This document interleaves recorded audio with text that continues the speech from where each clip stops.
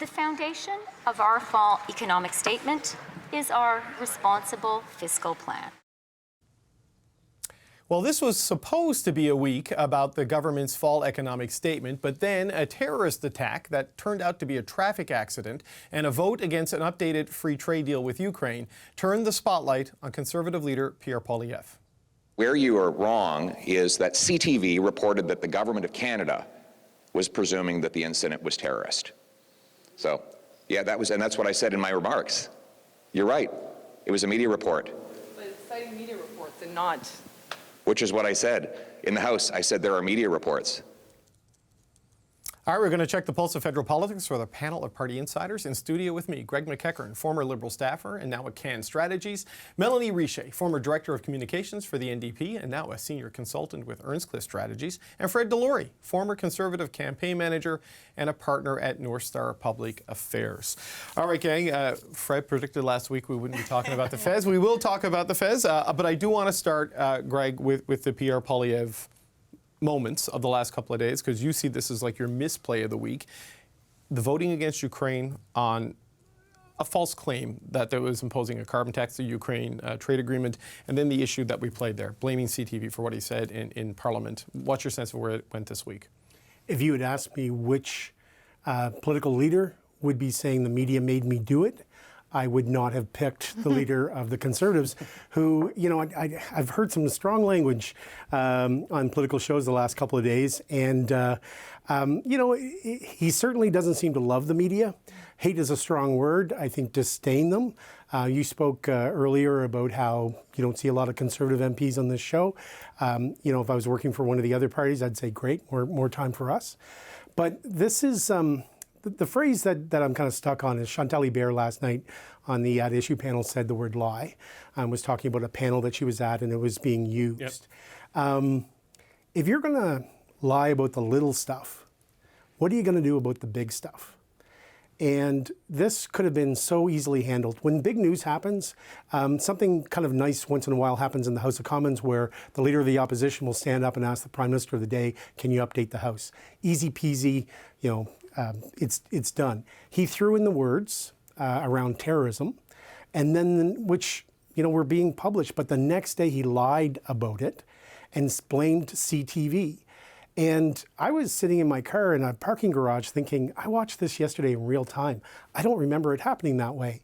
And I think I and a lot of other people started looking into that. And it was pretty easy to find out, you know, places like True North, very right-wing platforms here in Canada, or Fox News around 153 had said it.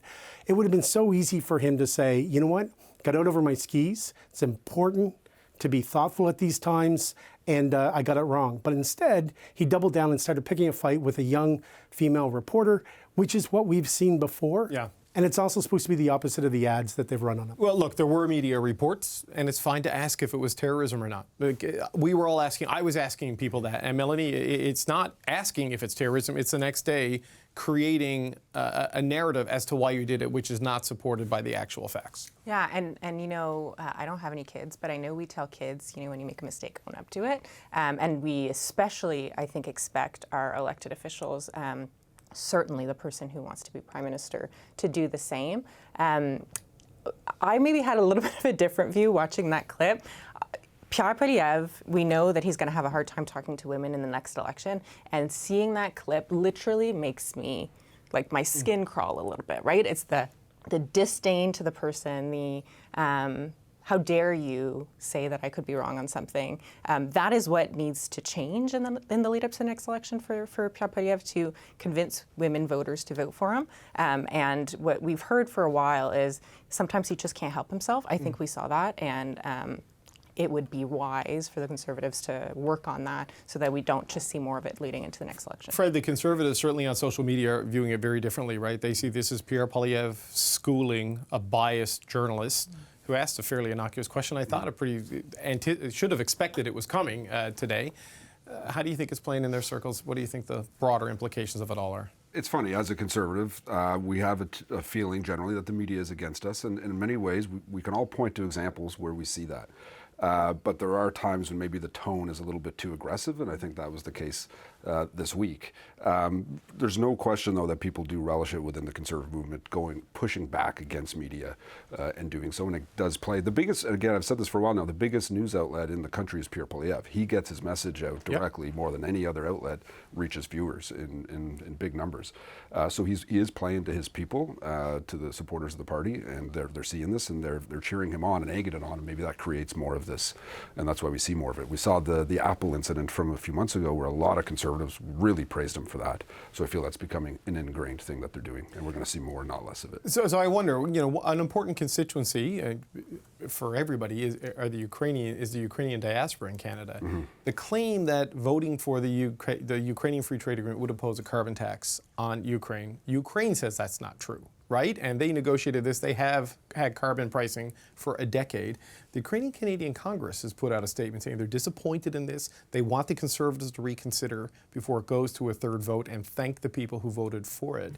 Does that cause any discomfort inside Conservative ranks when a group like that is making statements that way? It certainly does. As the Prime Minister actually pointed out today, too, the Conservative Party is the strongest supporter of Ukraine traditionally in this country. So to vote against this does raise a lot of eyebrows. The carbon excuse feels a bit flimsy, and there seems to be a lot more to this than what we're seeing. Yeah, it does say it would promote carbon pricing, and I can understand why Pierre Poilievre would not want to vote for something, Greg, saying they want to promote carbon pricing, because he does not agree in promoting carbon pricing, clearly.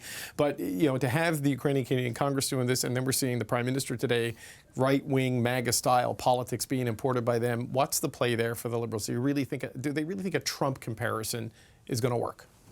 For one, we can look at New Brunswick in terms of the family-friendly so-called stuff. Looks very much like the same language coming out of the United States. But I'll say this.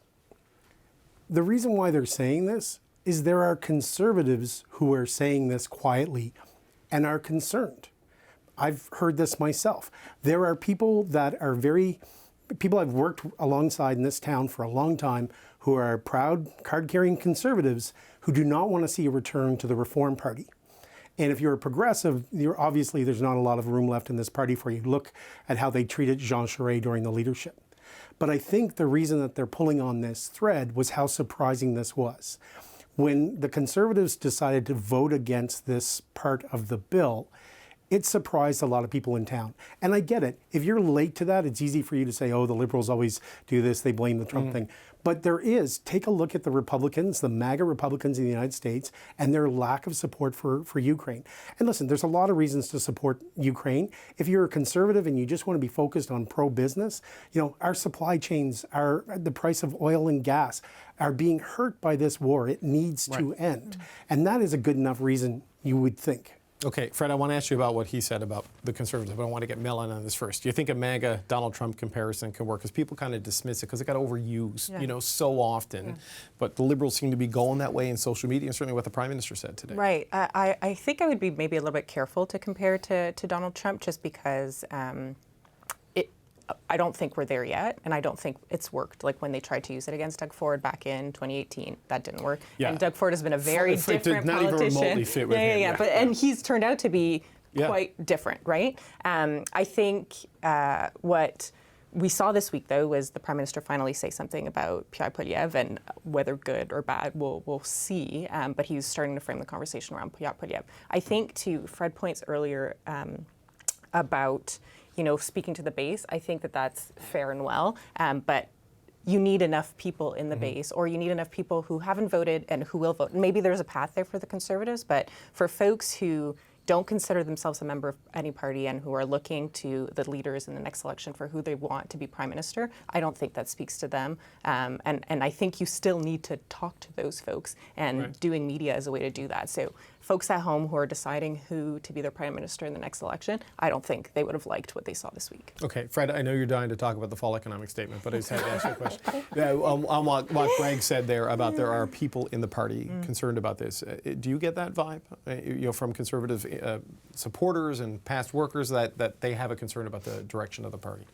look, the Conservative Party is a coalition of many different types of conservatives. There's always friction within the party. That's not new, it's not old, it's not something that's going to go away. But it is pretty quiet when you're 16 point up in the polls, like we are right now. So no, not hearing a lot of that.